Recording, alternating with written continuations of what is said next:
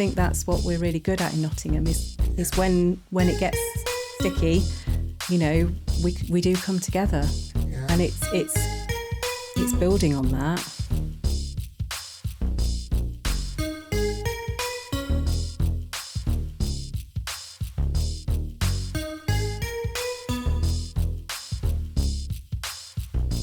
Hello, I'm Michael, and please, I've got Madi Farrar with me today. Going to be talking about something called the Local Resilience Forum. Would you like to introduce yourself and then kick off with what is the Local Resilience Forum? Absolutely, Michael. So as you say, my name is Madi Farrar, and I am the team manager for the Local Resilience Forum in Nottingham and Nottinghamshire. So the Local Resilience Forum is a group of partners that come together across all services, from blue light responders to utilities, local authorities, NHS and the voluntary sector, to plan and prepare for emergencies across the city and county. What type of emergencies? So that varies. There is a national risk register that sits with the government, which people could access if they went to .gov. And the government plan and look at all possible emergencies that could affect the people of the UK, businesses, communities and individuals. And then our role within the Local Resilience Forum is to look at those and cross-reference what might be an emergency for us in Nottingham. So, for example, we wouldn't necessarily be looking at like landslides or avalanches in Nottingham because we don't have big mountainous ranges and snow. But we do have things like flooding, pandemics, avian flu, those sorts of things. Probably quite prevalent at the moment, potential fuel shortages, and all the things that could affect, like I say, an individual, a community or a business. Right, because I am genuinely interested in this myself, and just over a year ago I went along to one of your events. It was on a Saturday. It was at Trent Bridge cricket ground, and having resisted the temptation of looking out the window and looking at all the stuff on the walls and that, concentrating on what your colleagues were saying at the time, it did strike me. It was very much around floods and you mentioned like pandemics and that. This was it was been last February, and I was on a table with a Muslim woman, and there were a few people from the South Asian community on another table. And we started talking, saying, but, we've just had all these disturbances across the country in terms of the far right coming out on the streets and that, even in Nottingham. But luckily in Nottingham, there was not, I think there was one arrest, but not a lot of violence. We got away quite lightly.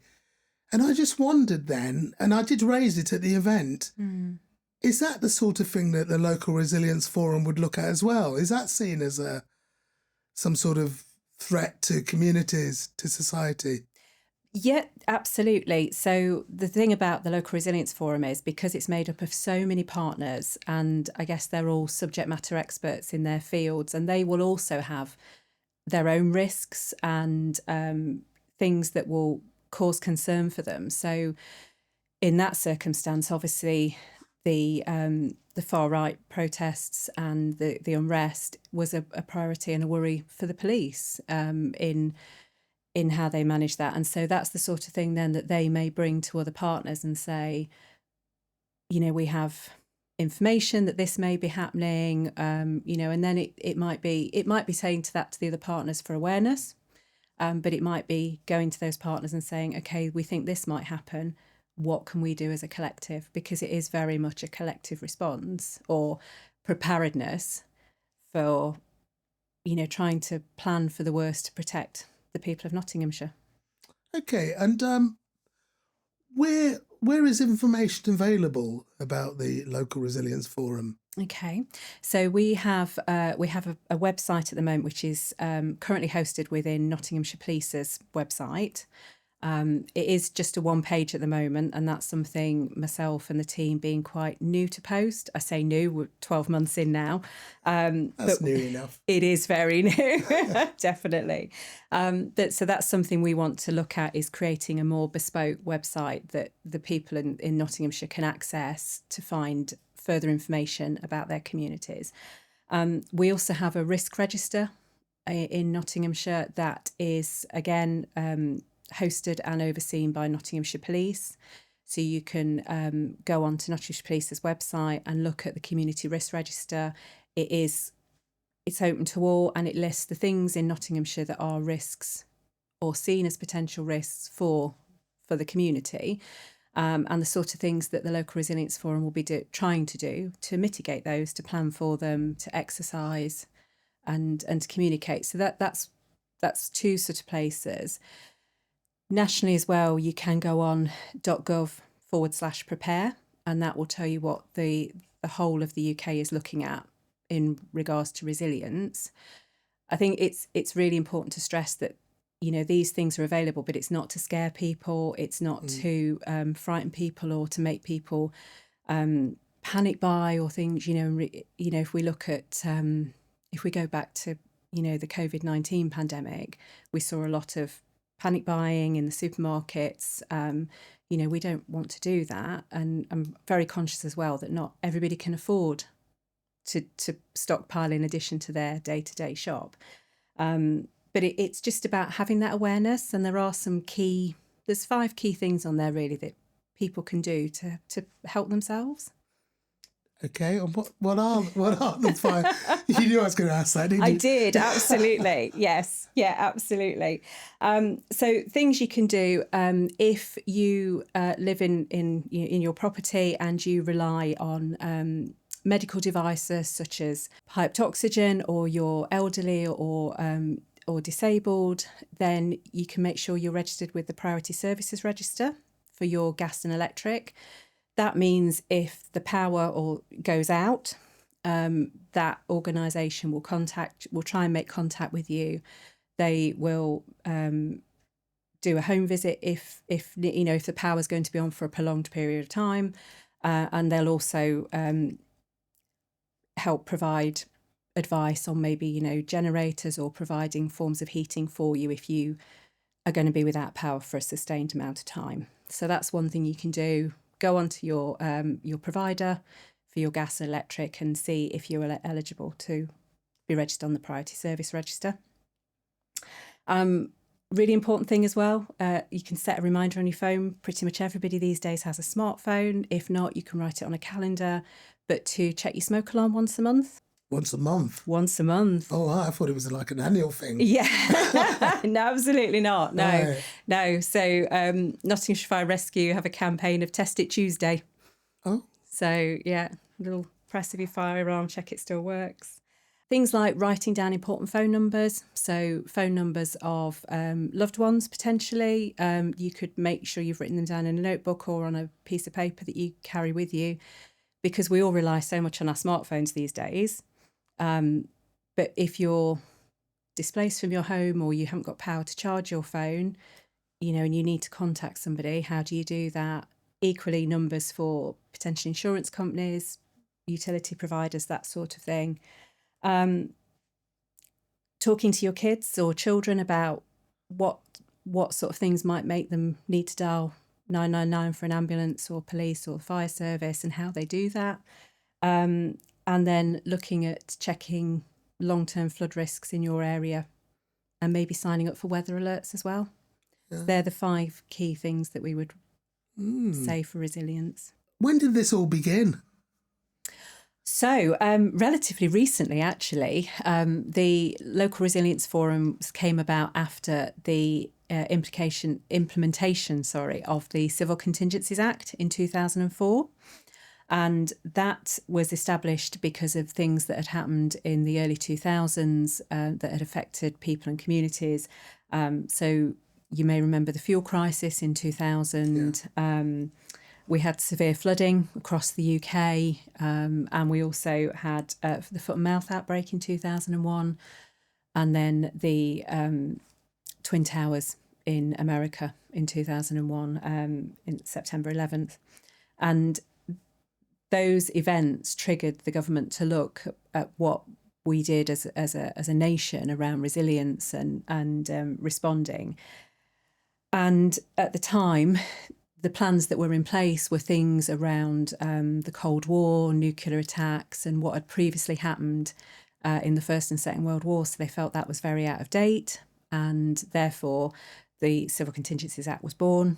And from that, the local resilience forums. Oh, right. So a local resilience forum is across a police footprint. So you will have a local resilience forum in Nottinghamshire, Derbyshire, Leicestershire, Lincolnshire, and it's 38 across the UK in total.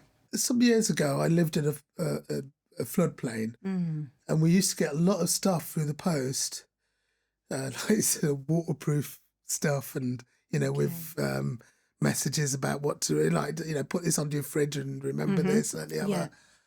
I believe that was mainly from the Environment Agency, but would that have been sort of connected with the Local Resilience Forum then? So the Environment Agency are definitely part of the Local Resilience Forum, definitely. And they will work in conjunction with creating that preparedness, definitely. Yeah. And I would think in that information, would it say to you things you might need to take with you if you have to leave your home? Yeah. So, again, it's just that forward planning. It's not, again, not wanting to frighten people or to make people have sleepless nights worrying about that, because we know that people that have been flooded or repeatedly flooded do suffer that trauma. But it's things like, maybe having a grab bag. So, looking at weather alerts and thinking, okay, perhaps I need to make sure I've got a bag and things in there, phone charger, particularly a power bank charger is great. If you're on medications, change of clothes, again, important numbers, those sorts of things. If you've got babies or young children, anything they might need, nappies, formula, those sorts of things. So if you, in the event that you do have to leave your home suddenly, you've got all that there. Right. And going back to right at the beginning, I was explaining to you about the event I went to last year. It was a really eye-opening event, really good. I got a lot out of it. But I would have liked to see more people from my own community, more people from the Black community there. And I don't know if it's that they just don't understand the importance, or the messages aren't getting through to them. Is that something that you would be aware of as a Local Resilience Forum, the need to maybe broaden the message to, because Nottingham is becoming more diverse, we've got new and emerging communities. Do we need to get the message out to pretty much everybody? Definitely, absolutely. And I think, Nottingham is a really diverse community, which is fantastic. And we do need to embrace that more. And so the Local Resilience Forum does work closely with a variety of members across the voluntary sector. But we know not all communities are represented there, and there are other voluntary agencies that could be involved in that voluntary agencies group that can help, plan events such as the one you went to at the cricket ground. And one of the really big things that we want to start exploring now as a Local Resilience Forum is community resilience. And you could say, what is resilience? It's so broad. Yeah. And, we've done some amazing work in Nottinghamshire around flooding and preparing communities for flooding and how they can support themselves and providing the tools to do that and the support.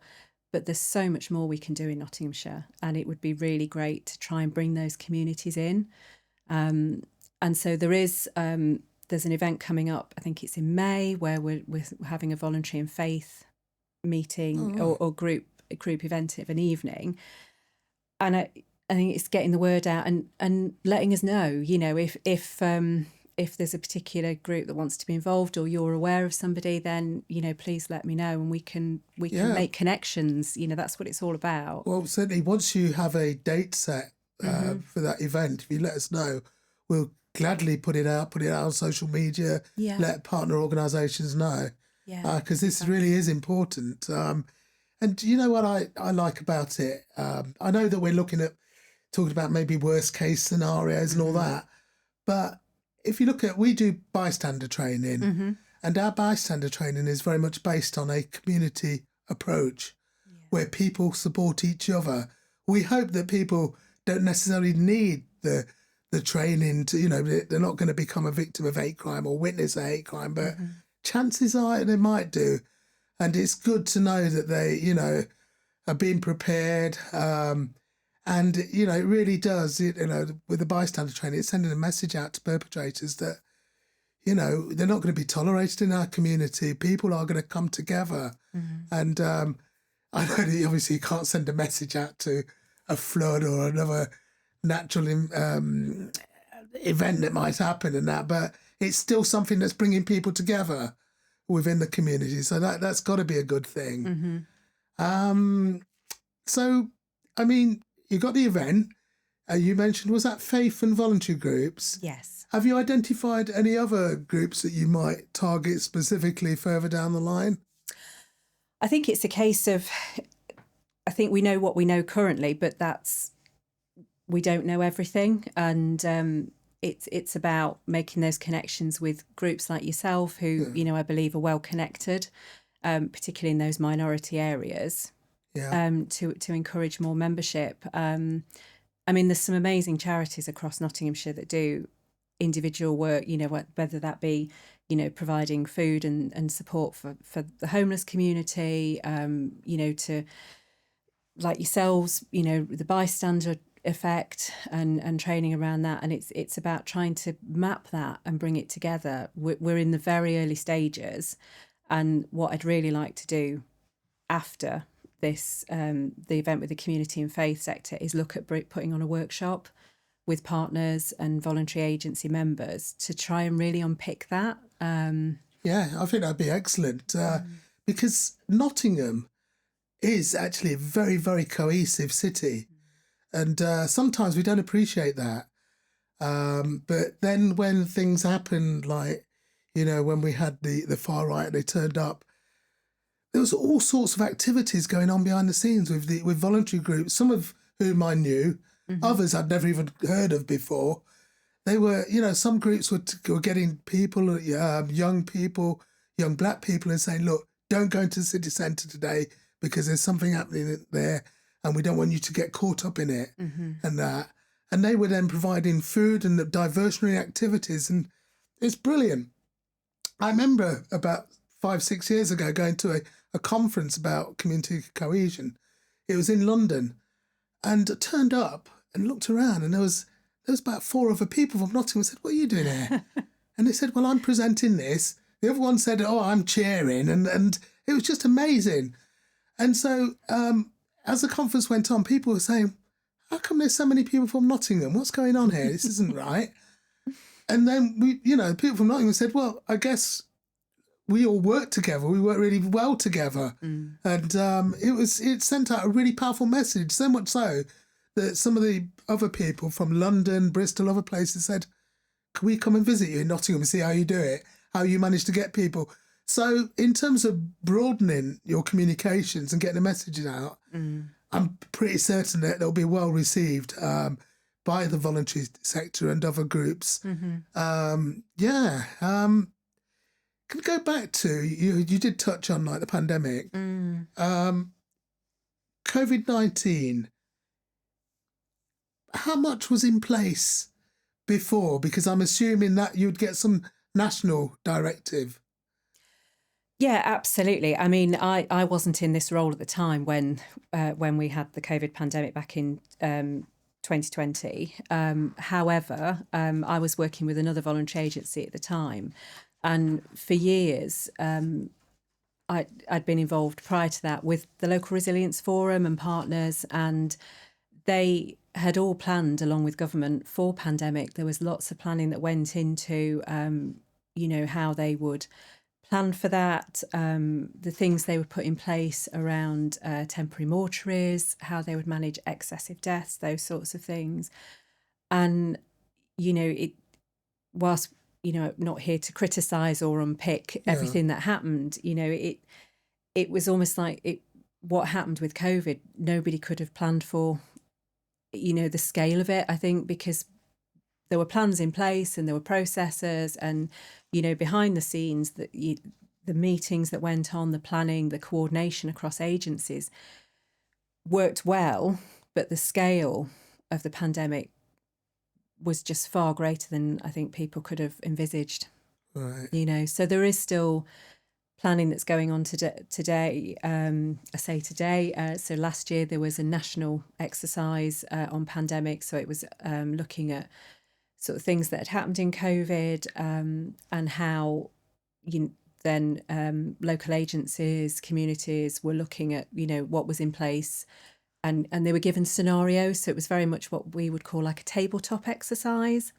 So we would bring people together literally around a table and put scenarios in to say, you know, this there's been a report of this sort of strain. There's now medication shortages. It predominantly affects this community, and very similar to what actually happened in the COVID-19 pandemic. And then looking for agencies to try and plan a bit more. You know, it's things like personal protective equipment. You know, yes, you could stockpile that.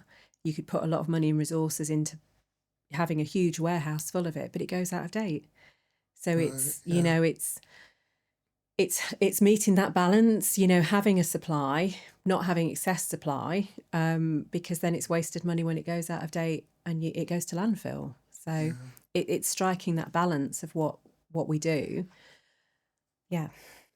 I'm just thinking about your event that's coming up in May, like voluntary sector, faith groups. Are you looking for individual named contacts within a community? Is that how it works? Do you have, you know, like, you know, say one area of Nottingham has got a large, you know, sort of, let's say, African Caribbean community, for instance. Do you want named contacts in different communities? If anything happens, that they would be able to, you know, feed information back to the community. And is that important, or how does it work? I think it's really important, yeah, because you've got those people within that community that are, you know, maybe that voice, that trusted person in that community that, you know, people will get that information from. They don't always want to get that from social media, news, or, you know, sometimes there's the stigma that comes with that as well, isn't it? And there's a lot of misinformation online. So if you've got a member of the community that is your trusted source, you're more likely to listen to them. Yeah. So absolutely, you know, if you've got contacts, we can, you know, get in touch with them, invite them to events and things like that. You know, for me, community resilience, it starts with an individual, and then it for me, it's that ripple effect of then, you know, it's like being on an aeroplane, isn't it? You know, if your aeroplane is in sort of a disaster or something, you would put your oxygen mask on before you helped others. Does that make sense? Right. So, you know, if you know what you do, you know, if you're prepared and you've got some ideas and you've got the tools to support yourself, it's then going and sharing that with other people. Yeah. And that ripple effect across the community about how you can all support, you know. So it's like, you know, making sure your home's, you know, you've planned for an emergency, say, or planned if you've got to leave your home. And then it's about checking on a neighbour or a vulnerable person in that community that you're aware of, to support one another. You know, going back to what you said earlier about Nottinghamshire being so diverse and I think quite resilient actually as a community, you know, and I've seen how communities come together at the worst times, and, you know, all that stigma kind of goes to one side, and any tensions in that, you know, environment, people are then just all pulled together. They're like, okay, we're here, we're away from our homes. I was in Loudham back in 2007 with the flooding there, and predominantly elderly population in that community had to leave their homes suddenly because of flooding, and they all evacuated to the local pub. And you know, I mean, what a great place to go to for starters, you know. And they were all sat there peeling potatoes, and the landlord was making everybody chip butties and mashing tea and stuff, and it was just a real community vibe in a terrible situation, you know. And I think that's what we're really good at in Nottingham is when it gets sticky, you know, we do come together, and it's building on that. You see, they're lucky they've got a pub. That's true. There's so many pubs closing down. And That's true. And that, yeah. And it's not everybody's first choice to go to. I appreciate that. People for religious reasons or whatever. Absolutely, yeah. But again, we have got things are changed a little bit, but we have had quite a few community centres close and that. But we are, getting out of that now. Things are looking a little bit better for the city in terms of places where people can come together and meet and that. So, fingers crossed that will continue. We're talking about sort of maybe people having specific roles who are interested in this sort of thing and getting involved and volunteering. What sort of positions or roles could you have as a volunteer? I think there's a variety of roles you can have as a volunteer. It depends on your interests. If a certain charity aligns with your values and within your community. So, for example, if you experience a lot of flooding in your area, there's probably a community flood group that you could get involved with to be part of that community that maybe will get together in the event of flood warnings, informing neighbours, putting up signage, those sorts of things, checking on vulnerable people in their communities. Others that you can get involved in is there's a few organisations that will have what they call convergent volunteers or community reserve volunteers. So you may you can go online and you would sign up to be a volunteer that would be activated in the event of an emergency. That emergency could be prolonged water outage. So, no water in that community. So the water authorities would arrange for bottled water to be delivered. And it might be that, they would then call upon volunteers in that community to help distribute water at a set point, helping people load literally packs of water in their car. And when you sign up to do those sort of things, it's not a regular volunteering thing, which appreciate everybody's stretched for time on. Not everybody can give regular times to charities. So you would get an alert on your phone. It would say, this has happened. And then it's for you then to decide, actually, yes, I can go and do this. My family is safe, I'm safe. It's, it's okay for me to go and do this. Equally, if it's not, that's okay, So that is a simple way in an emergency that you may be able to help. Yeah, it's a good example of that because it's I find it quite ironic. On one hand, we might be talking about too much water in terms of flooding, and the example you've just given was when there's water outage and you've got to rely on bottled water and that. Yeah. So yeah, it's all these things that we do take for granted as individuals, isn't it? Yeah. And that we just click a switch and the power comes on and you turn the tap and water comes out. It's we are a nation that takes things for granted in that respect. So again, around resilience, if you can have a couple of litre bottles of water. It doesn't need to be bottled water in a container if you've got space to do that at home, just in case. If you can, batteries, torches, those sorts of things. Wind-up radios are making a comeback. Oh, yeah, I used to have one of those. Yeah. Those sorts of things, just little things, relatively, cheap cost-wise to do, just to help you be a little bit more prepared and to feel a bit safer maybe in your home in preparing. I don't want to frighten our listeners and that, but, no. We are living in some quite serious times and, you don't know what's around the corner. So, I think that it's really, really important work that you're doing. And thank you very much for coming in today and sharing that with us. And please do keep us informed of the event in May and anything else, any other messages that you want us to put out within Nottingham's diverse communities. Yeah, that'd be fabulous. Thank you so much for your time today, Michael. It's been lovely talking to you. And you. Thank you.